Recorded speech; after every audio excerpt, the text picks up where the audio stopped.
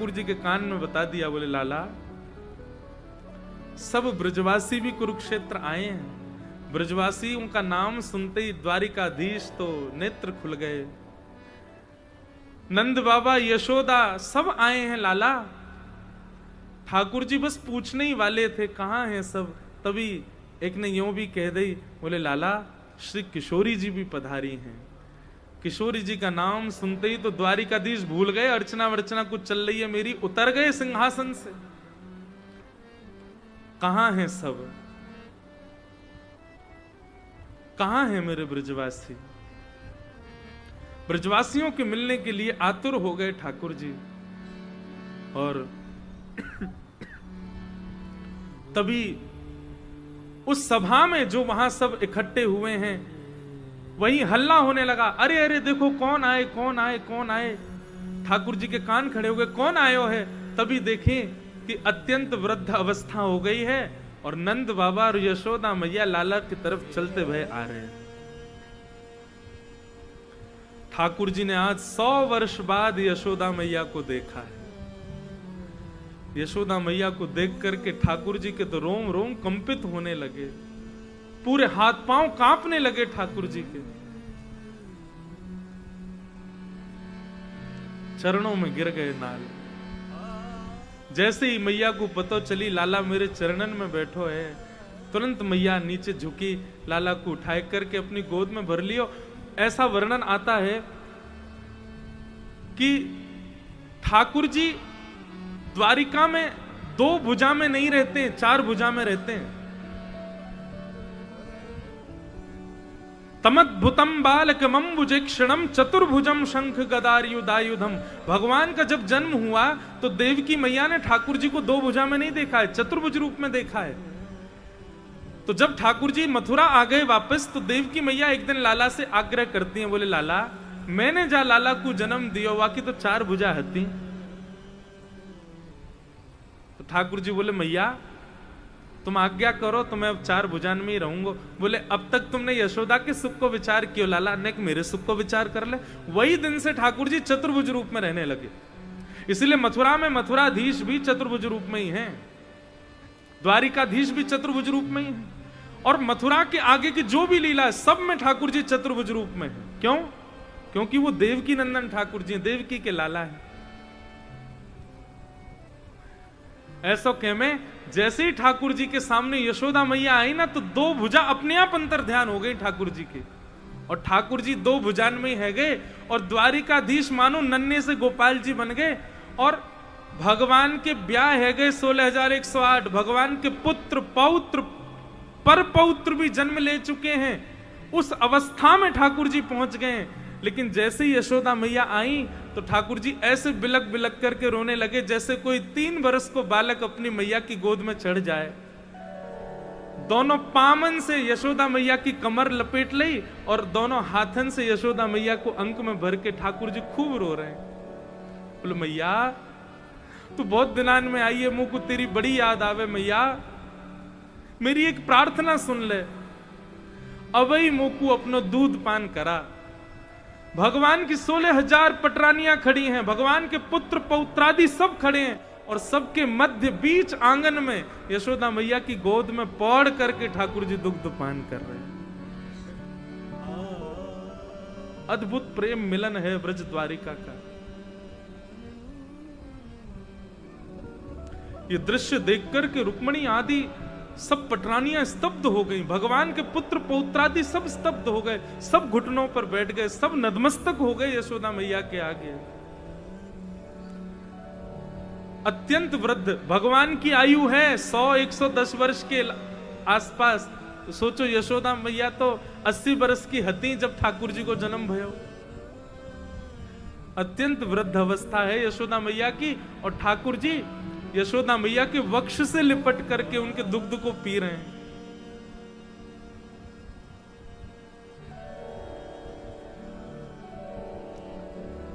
नंद बाबा कह रहे हैं, बोले लाला तू बड़ो है गयो है।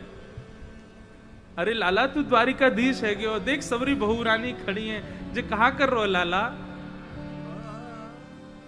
ठाकुर जी कह रहे मैया तू बाबा ते कहते, बाबा शांत है जाए। पूरे दिन ऐसे ही मना करते रहे, लाला तू बड़ो है गो, बड़ो है गो। मैं बड़ो ना भयो, मैं तो अपनी मैया को लाला हूं नेक सो। ये दृश्य देख करके देवता भी आश्चर्यचकित हो रहे हैं। ये परब्रह्म है, ये परमात्मा है। जो परमात्मा परब्रह्म ज्ञान उपदेश करते हुए निरासक्त होने की बातें करते हैं, गीता में अर्जुन को समझाते हैं कि अर्जुन मोह मत करो, अर्जुन आसक्त मत हो, अर्जुन किसी वस्तु के प्रति ऐसा भाव मत रखो। ये संसार नश्वर है, नश्वरता का पाठ पढ़ाने वाला परब्रह्म ये कैसे, ये ब्रजवासियों को देखते इतने आसक्त क्यों हो जाते हैं? ये आसक्ति नहीं है बंधुओं, ये प्रेम है। ये मोह नहीं है, ये प्रेम है। यदि प्रेम, यदि ये मोह होता, यदि आसक्ति होती, ठाकुर जी 110 वर्ष की आयु के हैं, यशोदा मैया 200 वर्ष की आयु की हैं। कोई बालक इतनी अवस्था में अपनी मैया का पयोधर कैसे पी सकता है? ये तो प्रेम है। बालक जरा सा कुछ बन जाए, अपने आप अपनी उस स्थिति में रहता है, मैं तो ये हूं, मैं तो डॉक्टर बन गया हूं, मैं तो चार्टर्ड अकाउंटेंट बन गया हूं, मैं तो ये बन चुका हूं। लेकिन यहां द्वारिकाधीश जैसी मैया यशोदा को देखते हैं, तुरंत कहते हैं मैं द्वारिकाधीश ना हूं, मैं तो कन्हैया हूं, मैं तो अपनी मैया को लाला हूं। अपनी प्रभुता भूल जाते हैं तुरंत। ये आसक्ति नहीं हो सकती, ये मोह नहीं हो सकता, ये प्रेम है।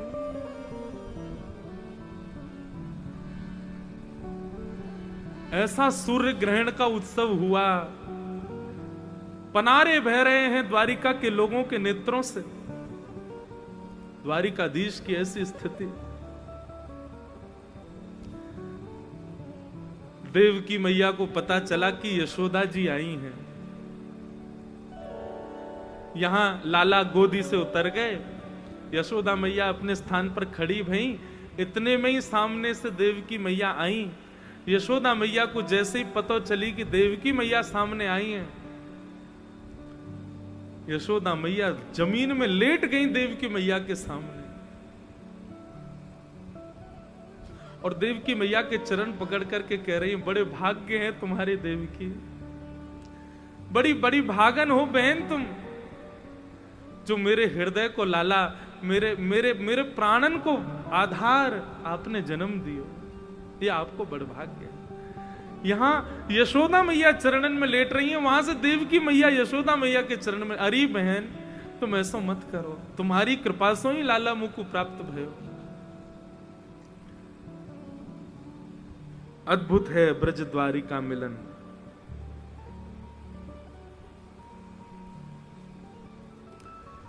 ठाकुर जी थोड़ी देर में सहम गए, ठीक हो गए। यहां सब अनुष्ठान करने आए थे, पर अनुष्ठान तो कुछ हुआ ही नहीं। ब्रज और द्वारिका के लोग आपस में मिल रहे हैं बस। ठाकुर जी ने जैसे अवकाश देखा, नजर घुमा के देखा, कहीं किशोरी जी नहीं दिख रहे हैं। अकेले ठाकुर जी सुंदर चुनरी ओढ़ करके, किसी को पता ना चले, निकल गए भवन से और ब्रजवासियों के शिविर में पहुंच गए। इतना सुंदर वर्णन करते हैं ब्रज द्वारिका मिलन में कि जैसे ही ठाकुर जी ब्रजवासियों के शिविर में पहुंचे हैं, यहां शिविर के अंदर एक सुंदर शिविर बरसाने का है। वहां बरसाने में एक कुंज में किशोरी जी पौड़ी हैं, ललता विशाखा सेवा में हैं, और किशोरी जी पौड़ी पौड़ी कुछ चिंतन कर रही हैं, और चिंतन करते करते अचानक उठ के बैठ जाती हैं और कहती हैं, ललिता मुझे ऐसा क्यों लग रहा है कि श्री कृष्ण आसपास हैं। विशाखा जी बोले हैं तो वो कुरुक्षेत्र में ही, पर हमने सुना है बड़े बड़े वेदज्ञ उनकी अर्चना कर रहे हैं, तुलसी से, कमल से, आदि आदि व्यंजनों से ठाकुर जी की उपासना चल रही है, आज तो अर्चना चल रही है लाला की। नहीं नहीं, मुझे ऐसा लग रहा है वो आसपास से ही हैं। ललिता विशाखा बोली, कैसे श्री जी?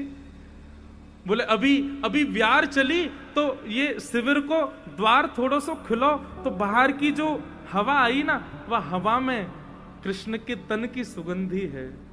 हमारे प्रियतम के तन की सुगंधी है। ऐसा लग रहा है कि श्याम सुंदर यहीं आसपास ही हैं। मैं उनकी तन की सुगंध भूली नहीं हूं। मुझको आज भी स्मृति है कि उनके रोम कूपन की सुगंधी कैसी है। और अभी जो ब्यार चली है ना, वह ब्यार में वही सुगंधी आ रही है जो श्याम सुंदर के तन में से आवे। मुझको ऐसा लग रहा है कि श्याम सुंदर आए हैं। और किशोरी जी का ऐसा कहना हुआ, ललिता विशाखा उठ करके बाहर देखने जाने ही वाली थी, तभी कपाट खोल करके श्याम सुंदर द्वारिकाधीश सामने खड़े हो गए। ललिता विशाखा आदि सब सहचरियां हानाथ कह करके चरणों में दंडवत प्रणाम कर रही हैं। और श्री जी को जैसे ही पता चलिए श्याम सुंदर सामने आ गए हैं, अपने नेत्र झुका लिए दूसरी ओर करके खड़ी हैं।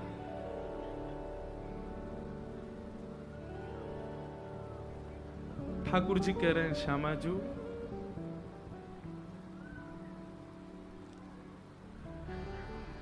वर्षन बाद आयो हूं, आप मिलोगी नहीं। किशोरी जी देख नहीं रही हैं ठाकुर जी को। तुरंत ललिता लाओ, तैयारी करो, इत्र बिछाओ, सेज सजाओ, श्याम सुंदर को बैठाओ, लालन आए हैं। सेज सजा रही हैं और किशोरी जी बिना देखे इशारों कर रही हैं, आओ श्याम सुंदर विराजो।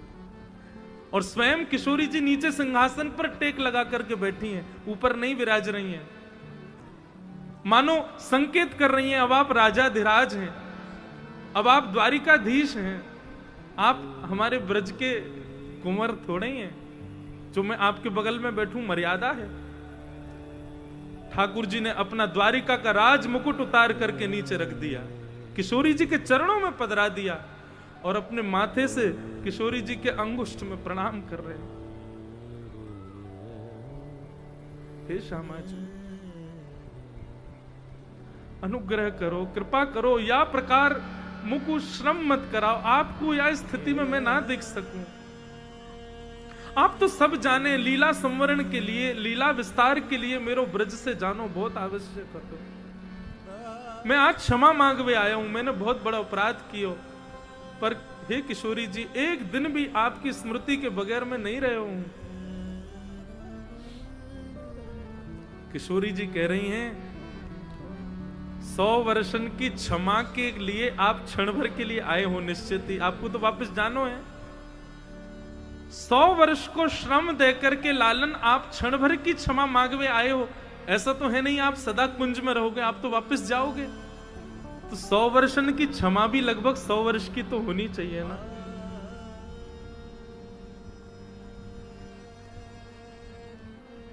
हे किशोरी जी, आप सबसे पहले तो अपने नेत्र ऊपर करो, मुंह को देखो तो सही एक बार।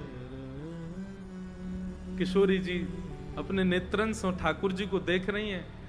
देखते ही तुरंत ठाकुर जी को उठा करके सिंहासन पर विराजमान कियो और भीतर दौड़ी दौड़ी गई और वहां से श्रृंगार की सब सामग्री लेकर के आई हैं। ठाकुर जी के केश खोल दिए, केश खोल करके ठाकुर जी के सुंदर बैनी गूथी है और मोतिन सो केशन को संवार रही हैं।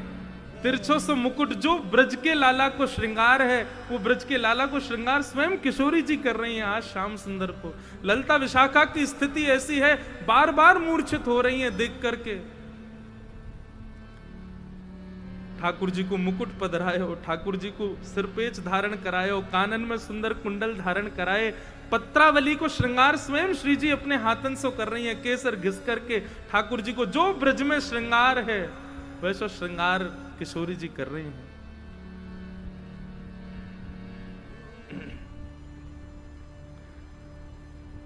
हमारे पूज्य भाई जी पूज्य श्री हनुमान प्रसाद पोद्दार जी, उन्होंने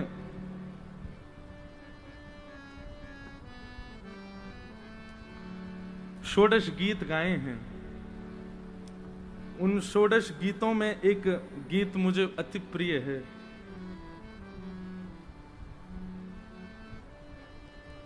लाला वो षोडश गीत वाली किताब देखियो कहाँ है कोई बालक?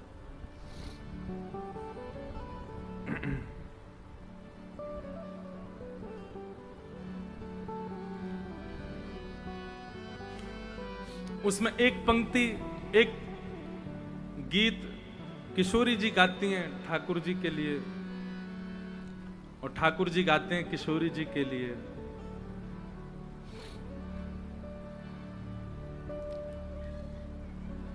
किशोरी जी का एक भाव बहुत सुंदर है, भाई जी के द्वारा गाया गया है। अगर नहीं मिले तो यही जानेंगे कि किशोरी जी ठाकुर जी छा रहे हैं, ज्यादा विरह मत कराओ भैया।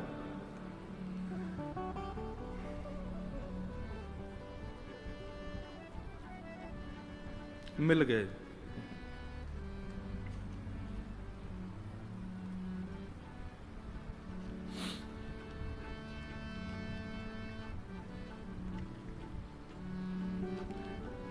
किशोरी जी ठाकुर जी के चरणन, ठाकुर जी को श्रृंगार कियो, और जब ब्रज के लाला बन गए, ब्रज के नंद नंदन बन गए, तब ललता विशाखा आदि सबन को किशोरी जी लेकर के आई हैं और बोली, आज निकुंज में श्याम सुंदर रूपी चंद्र 100 वर्ष बाद उदित भये हैं, प्रणाम करो, वंदन करो, आरती उतारो। और वहां किशोरी जी का ये भाव पूज्य भाई जी ने गाया, बहुत सुंदर है। हो तो दासी नित्य तिहारी, हो तो दासी नित्य तिहारी, हो तो दासी नित्य तिहारी, हो तो दासी नित्य तिहारी। प्राणनाथ जीवन धन मेरे, प्राणनाथ जीवन धन मेरे, प्राणनाथ जीवन धन मेरे, प्राणनाथ जीवन धन मेरे। हो तुम पे मैं बलिहारी,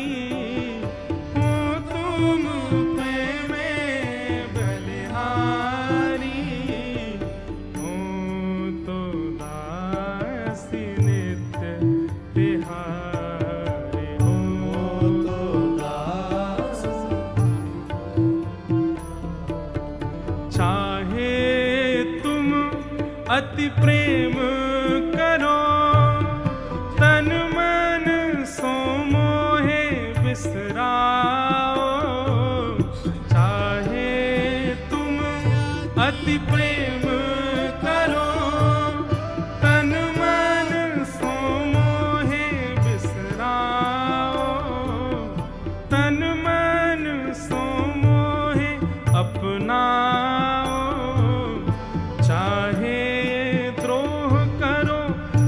सो दुख दे मोहे छिटकाओ। मानो ये भाव है कि हे नाथ, या तो आप हमें स्वीकार कर लो, या फिर हमें खूब प्रेम करो, या फिर हमारी ओर कभी देखो भी ना। दोनों स्थिति में हमारा प्रेम वैसा ही रहेगा। आप 100 वर्ष जैसे पहले पूर्व में कुंज में हमारे साथ थे, वैसे आज भी है नाथ। हमारा प्रेम वही है, हमारी स्थिति वही है, वो कभी नहीं बदलेगी। तो दासी नित्य तिहारी, तो दासी नित्य तिहारी। पूर्ण समर्पण और गोपियों का प्रेम क्या होता है, सुनिए, यहाँ शब्द सुनिए। तुमरो सुख ही है मेरो सुख, आन न कछु सुख जानो। तुमरो सुख ही है मेरो सुख, आन न कछु सुख जानो। जो तुम सुखी हो मोरे दुख में, अनुपम सुख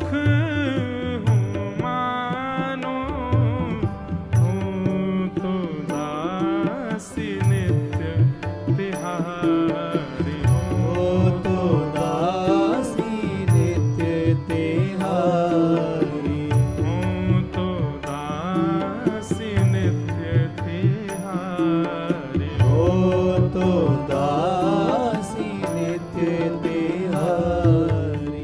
सुख भोगो तुम रे सुख कारण, और न कछु मन मेरे।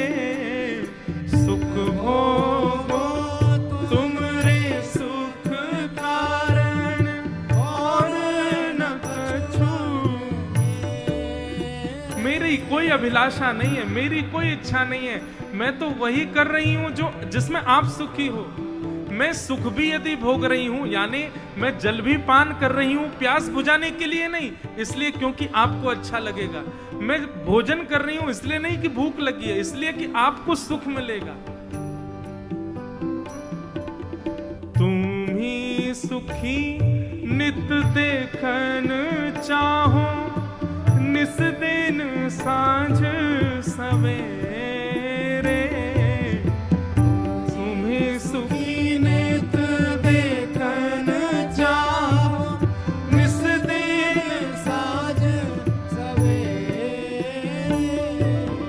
हो तो दासी नित्य तिहारी, हो तो दासी नित्य तिहारी, हो तो दासी नित्य तिहारी, हो तो दासी नित्य तिहारी। तुम ही सुखी देखन हित हो, निज तन मन को सुख देऊं। तुम ही सुखी देखन हित हो, निज तन मन को सुख देऊं।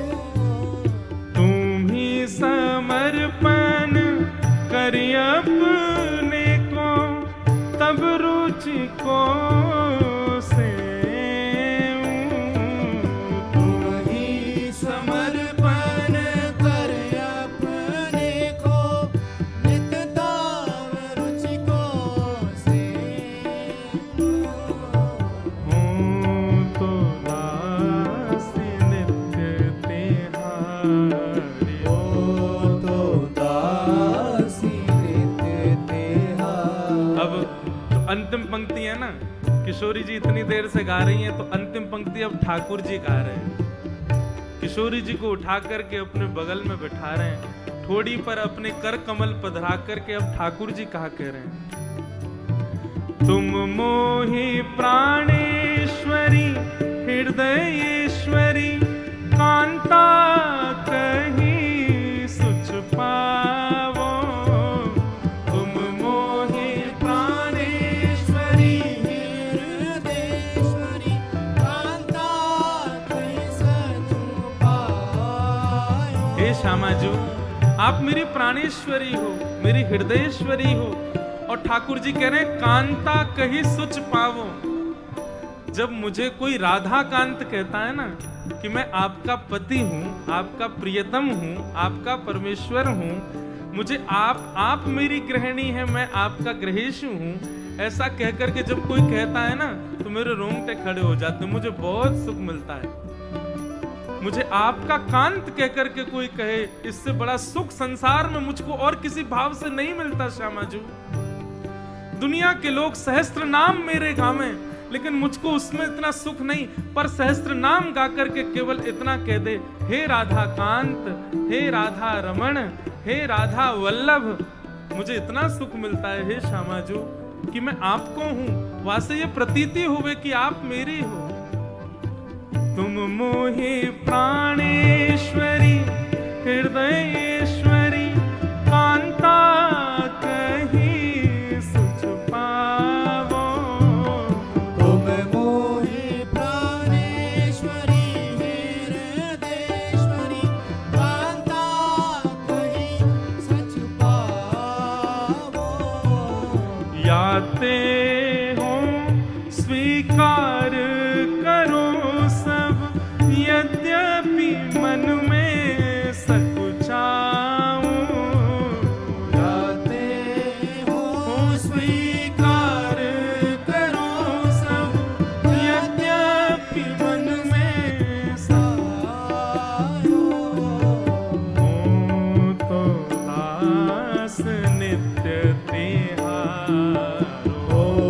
ठाकुर जी गा रहे हैं, नहीं अब ठाकुर जी गा रहे हैं, अब दासी नहीं, अब ठाकुर जी कह रहे हैं, हो तो दास नित्य तिहारो, हो तो दास नित्य तिहारो, हो तो दास नित्य तिहारो, हो तो दास नित्य तिहारो, प्राणनाथ जीवन धन मेरे, हो तुम पे मैं बलिहारी, प्राणनाथ जीवन धन मेरे, हो तुम पे मैं बलिहारी, हो तो दासी नित्य तिहारी, हो तो दासी नित्य तिहारी, हो तो दासी नित्य तिहारी। हो तो दासी नित्य तिहारी। बोलो युगल सरकार की। हाँ। तभी ललिता विशाखा ठाकुर जी को देख रही हैं। अब तो ब्रजमंडल के लाला बन गए, ब्रजराज कुंवर बन गए, ठाकुर जी द्वारिकाधीश थे, ब्रजराज बन गए। आहा। अब ललिता विशाखा बोली, हम ना जाने जे कौन है किशोरी जी। किशोरी जी बोली, हमारे नंदनंदन है, और कौन है? बोले ना है, हमारे नंदनंदन की तो एक ही पहचान है। बोले कहा, हमारो मुरली वारो श्याम, हमारो मुरली वारो श्याम, हमारो श्याम सुंदर तो मुरली वारो है। कहाँ है वंशी? अब ठाकुर जी तो वंशी ब्रज से गए, तब से लेके ही नहीं गए संग में। तब किशोरी जी अपने सुंदर एक भाव, एक सुंदर संदूक रे वाकू ला करके ठाकुर जी के बगल में धर दें। बोले आप तो गए, मेरे प्राण यही में विराज रहे हैं। और वो संदूक खोली, वहां में सुंदर वंशी ठाकुर जी की। आज 100 वर्ष बाद, इतने वर्ष बाद ठाकुर जी ने अपने अधर पर वेणु धारण करी। आहा, मंगल वाद्य बजाने लगी, सब सहचरियां, सुंदर सारंगी। आज इतने वर्ष बाद मंगल बाजे बज रहे हैं। श्री जी की कुंज में सुंदर फुहार चल रही हैं, सुंदर मोंगरा के पुष्प सजाए गए, एक क्षण में ही सब व्यवस्था कर दी गई है। आहा, आज श्याम सुंदर पधारे हैं, जय हो बलिहारी बलिहारी कह करके सब सखियां आनंदित हो रहे हैं।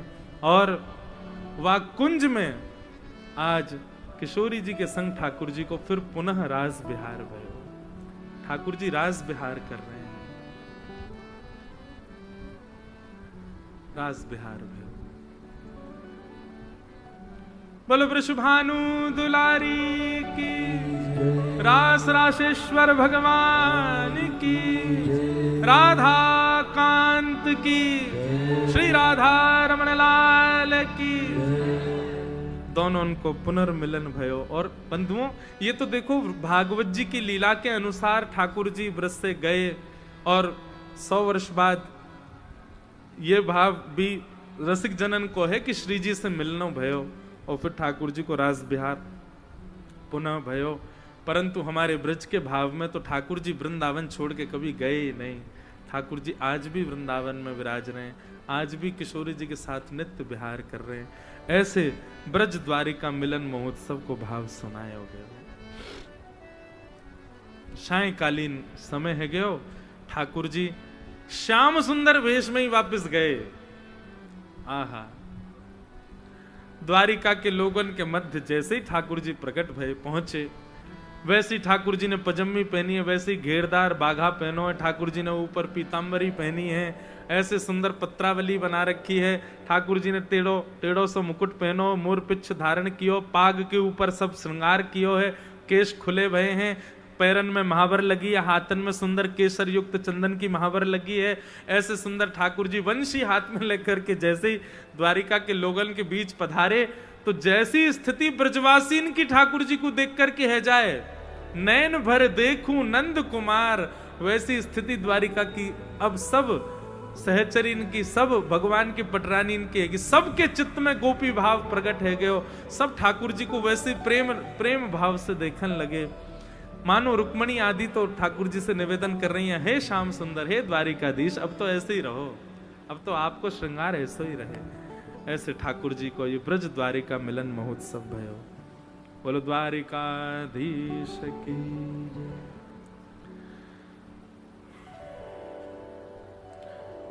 तत्पश्चात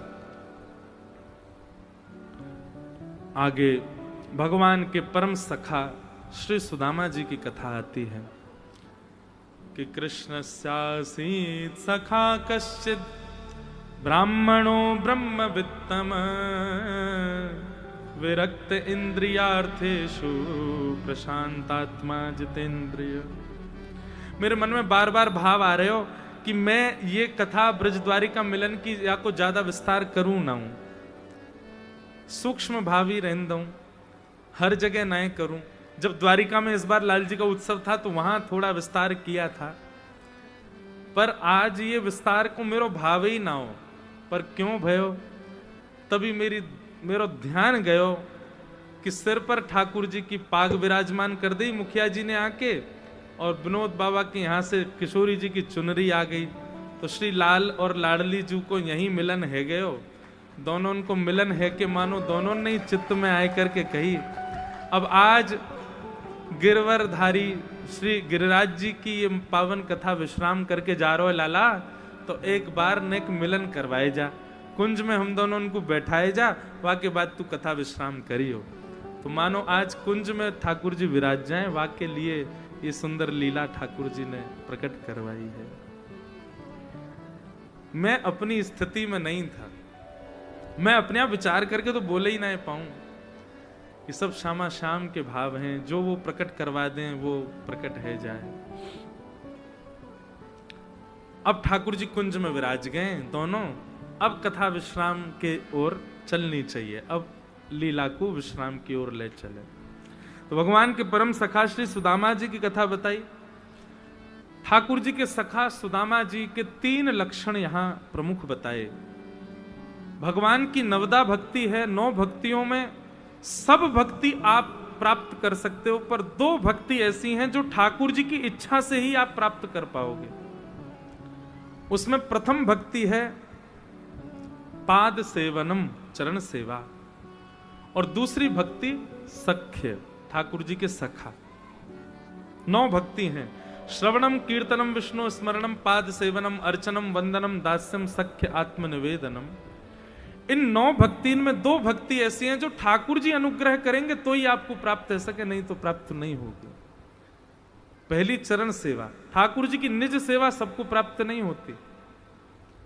अच्छा, निज सेवा प्राप्त तो हो जाती है, पर उस निज सेवा में सदा रति रहना, सदा उसी में ही संलग्न रहना, और फिर वो निज सेवा आपकी दूसरों के चित्त में भी प्रकाश डाले। जैसे आपने किसी के ठाकुर जी के देखे और ठाकुर जी देख के आपका मन प्रेम में भर गया, तो समझो सेवक अच्छे से सेवा करता है, ठाकुर जी प्रसन्न है उसकी सेवा से, इसलिए उनके ठाकुर जी देख के आप प्रसन्न हो रहे हो। हम रोज आमे राधा रसिक बिहारी जी के दर्शन करवे, वास्तव में सत्य बता रहा हूं, रोज ऐसा मन करे कि वो अंदर गर्भगृह में ले जाए महाराज जी, और एक बार लाला के ऐसे गले लगवा दे, एक बार लाडली जी के गले लग जाऊं, इतने प्यारे लगे दोनों। तो ये वो तो प्यारे हैं ही, पर अर्चक की अर्चना से, सेवा से ठाकुर जी दूसरे को प्यारे लगे। हर अर्चक को अपने ठाकुर जी तो प्यारे लगे, पर दूसरे को भा जाए तो समझो तुम्हारी सेवा श्रेष्ठ है। हर मैया को अपनो लाला बढ़िया लगे, पर दूसरे इनको भा जाए तो समझो कि हाँ लाला सुंदर ही है, नहीं तो कितनो मोटो है जाए लाला, मैया के दुबलो है गो। विद्यालय पढ़वे गयो सवेरे, ऐसो सूख गो मेरो छोरा तो एक ही दिना में। मैया को छोरा कैसे हो, मैया को प्यारो ही लगे, पर दूसरों प्रशंसा कर दे, बोले आपको लाला तो बड़ो प्यारो है, तब समझो कि हाँ वास्तव में प्यारो है। तो आपकी सेवा से कोई और रीझ रहे हो तो या को मतलब ये है कि हाँ आप सेवा भाव से कर रहे हो, ठाकुर जी प्रसन्न हैं।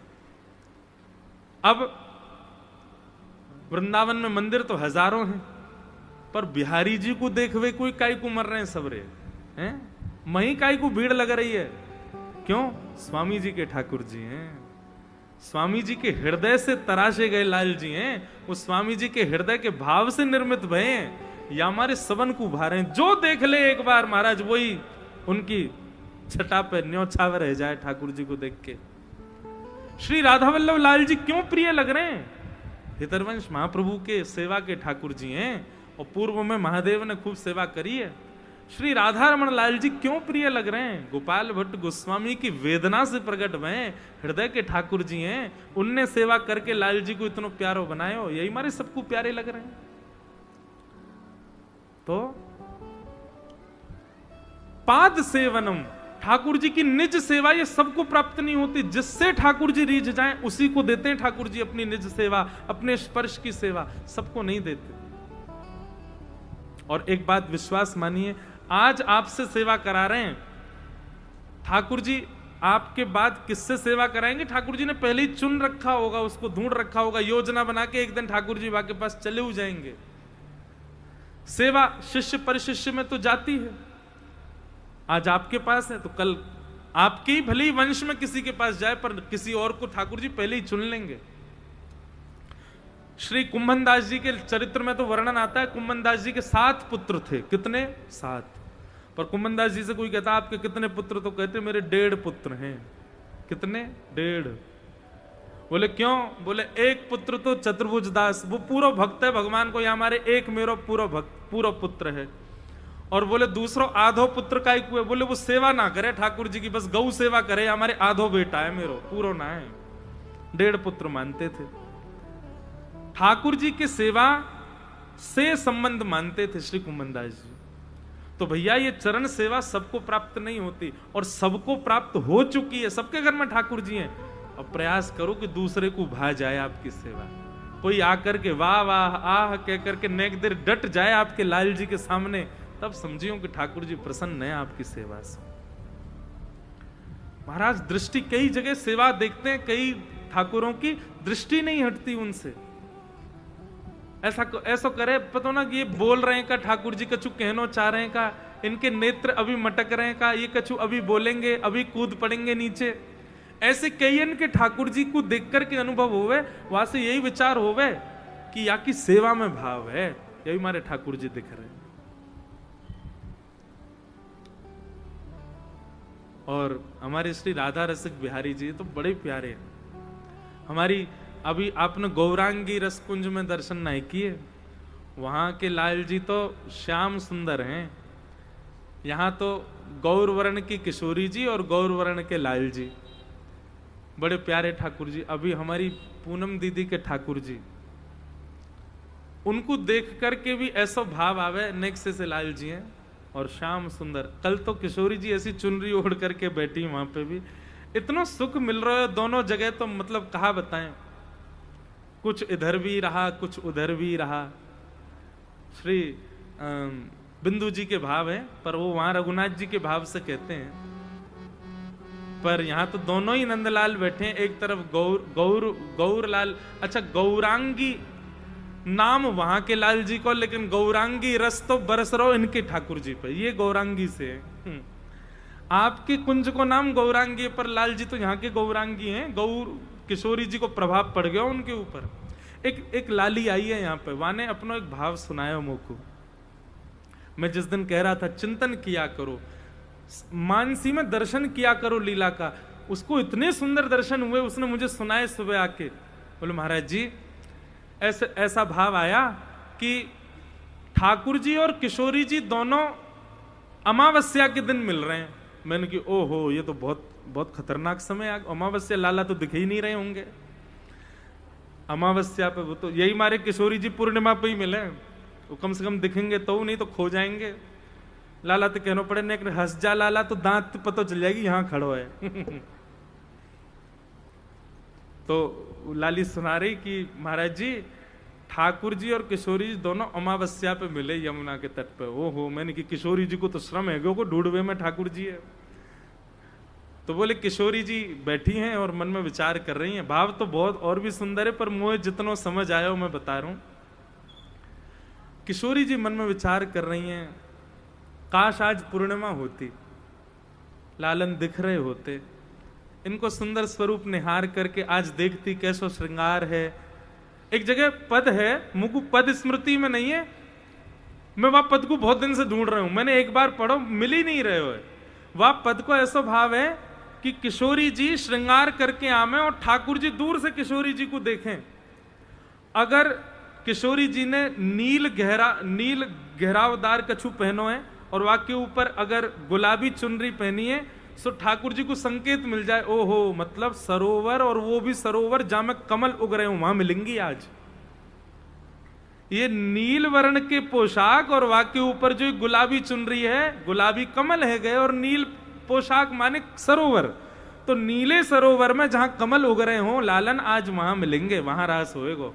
ठाकुर जी समझ जाएं, सोई मधुमंगल से चल दारी क्यों ढूंढो, कहां है सरोवर जहां में कमल खिल रहे हो नील गुलाबी गुलाबी। फिर दूसरा संकेत कहा है, बोले किशोरी जी के मुखमंडल को देखेंगे ठाकुर जी, और जैसी पत्रावली किशोरी जी की होवे, वह पत्रावली को ठाकुर जी बैठ के गिने कितनी बिंदी है, ओहो इतने सखा आमेंगे, इतनी सहचरी आमेंगी। किशोरी जी काउदना केवल 2 बिंदी रखिया में, तो मानो ठाकुर जी समझ जाए आज कोई नहीं आवेगा, मैं और यही मिलेंगे बस। और जा देना ना कोई पत्रावली हो, ना कोई ऐसी संकेत करने वाली चुनरी हो, सो ठाकुर जी समझ जाए आज मान करके बैठी हैं, रूठ गई हैं, संकेत ना दे रही, अपने आप ढूंढ के आ जाइयो। बड़ा सुंदर पद है। तो ठाकुर जी अमावस्या पे मिलने आ गए, अब किशोरी जी हो मन में विचार कर रही हैं कैसे ठाकुर जी को देखूं। आहा, काश पूर्णिमा को चंद्रमा प्रकट है गए हो, तो तभी किशोरी जी के मन में भाव आयो, सोई ठाकुर जी लग गए तैयारी करवे में। कहा करूं, किशोरी जी के मन को भाव पूर्ण होना चाहिए। सोई ठाकुर जी ने ऐसा आवाहन किया, ऐसी वेणु बजाई कि वो वेणु केवल और केवल जुगनुओं को सुनाई दे रही है, और तभी सुंदर सुंदर जुगनून को झुंड चल करके ठाकुर जी और श्री जी जहां बैठे वहां की ओर आ रहे हैं। और जैसे जुगनू आकर के वहां विराजमान भये, तो किशोरी जी एक एक जुगनू को उठा करके ठाकुर जी को श्रृंगार कर रही हैं। कछु पाग में विराजमान किए, कछु कुंडल में विराजमान किए, कछु हारन में विराजमान किए, यहाँ पर बाजूबंद में, यहाँ चुबुक के ऊपर, ऐसे करके सुंदर जुगनून से ठाकुर जी को श्रृंगार कियो। जैसे ही श्याम सुंदर जुगनून के जुगनू के पीछे ऐसे टॉर्च जलती रहे ना, वहां में जैसे ही सौंदे सौंदे ठाकुर जी दिखन लगे, उन ठाकुर जी को प्रकाश किशोरी जी पे पड़न लगो, किशोरी जी को गौर वर्ण प्रकाश श्री यमुना जी में पड़न लगो, और श्री यमुना जी में एक दिव्य चंद्रमा प्रकट है गए, और वो चंद्रमा प्रकट हेते ही श्यामा शाम की शोभा को बढ़ाने लगे। अमावस्या पर पूर्णिमा प्रकट है गई और श्यामा शाम के दर्शन थे। ये सब भाव चिंतन करवे पे आमे, रसिक जनन की वाणी सुन के गावे पर आमे, ऐसे नहीं आ जाए। ये कोई रसिक को भाव नहीं, यही विराजमान एक लाली को भाव है, एक श्रोता को भाव है। ठाकुर जी ऐसे दर्शन दे रहे। तो पाद सेवनम, अपनी चरण सेवा ठाकुर जी सबको नहीं देते। और दूसरी बात सख्य, अपने सखा के रूप में भी ठाकुर जी सबको स्वीकार नहीं करते। सो ही सुहागन प्रिय जाहि रीजें, जिससे ठाकुर जी रीझ जाएं उसको ये दोनों सेवा देते हैं, पाद सेवन, चरण सेवा की, अंग सेवा की और सख्य भाव की। तो भगवान के सखा कौन है? श्री सुदामा जी महाराज। और सुदामा जी में 3 लक्षण विशेष हैं। विरक्त इंद्रियार्थेषु प्रशांतात्मा जितेंद्रिय। सबसे पहला विरक्त इंद्रिय, श्री सुदामा जी अपनी इंद्रियों से विरक्त हैं। और दूसरा लक्षण है प्रशांत आत्मा। इंद्रियों से विरक्त व्यक्ति का मतलब ठाकुर जी के सखा बनना हो तो इंद्रियों से विरक्त हो जाओ। इंद्रियों से विरक्त होने का मतलब इंद्रियां जो इच्छा प्रकट हो उनको तुरंत ना पूरा करने वाला, उसको विरक्त इंद्रिय कहते हैं। कुछ खावे की इच्छा हुई, कछु पहनवे की इच्छा हुई, आपने तुरंत पूरी कर ली तो आप इंद्रिय आसक्त हो जाओगे। इंद्रियों की जो इच्छाएं हैं उनको तुरंत पूरा ना करने वाले को विरक्त इंद्रिय कहते हैं, और वो ठाकुर जी का सखा होता है। जीव, अच्छा शास्त्रों में आज्ञा, भागवत जी में आज्ञा है, जितम सर्वम जिते रसे, सारी इंद्रियों को जीत जाओगे यदि आपने अपनी जीव को जीत लिया तो। बस इस जीव को जीत लो कैसे भी। और जीव को जीतवे के लिए क्या करें? इस जीव से खूब भगवान नाम गाओ, खूब भगवत रस गाओ, और भगवत रस भगवत नाम के अलावा ज्यादा से ज्यादा मौन रहो। भगवत चर्चा से अतिरिक्त कोई और चर्चा मत करो। और अगर आपकी बहुत बोलने की अवस्था है, बहुत बोलना ही चाहते हो, तो फिर संतों के बीच में रहो, सत्संगियों के बीच में रहो, क्योंकि वहां संसारी बात करोगे नहीं, वहां बोलोगे तो हरि चर्चा ही बोलोगे। उससे जीव जो है हमारी ये आसक्त होगी, ये कंट्रोल में आएगी, और ये कंट्रोल होगी तो सारी इंद्रियां अपने आप कंट्रोल हो जाएंगी। जितम सर्वम जिते रसे। तो सबसे पहला लक्षण ठाकुर जी के सखा में क्या होना चाहिए? अपनी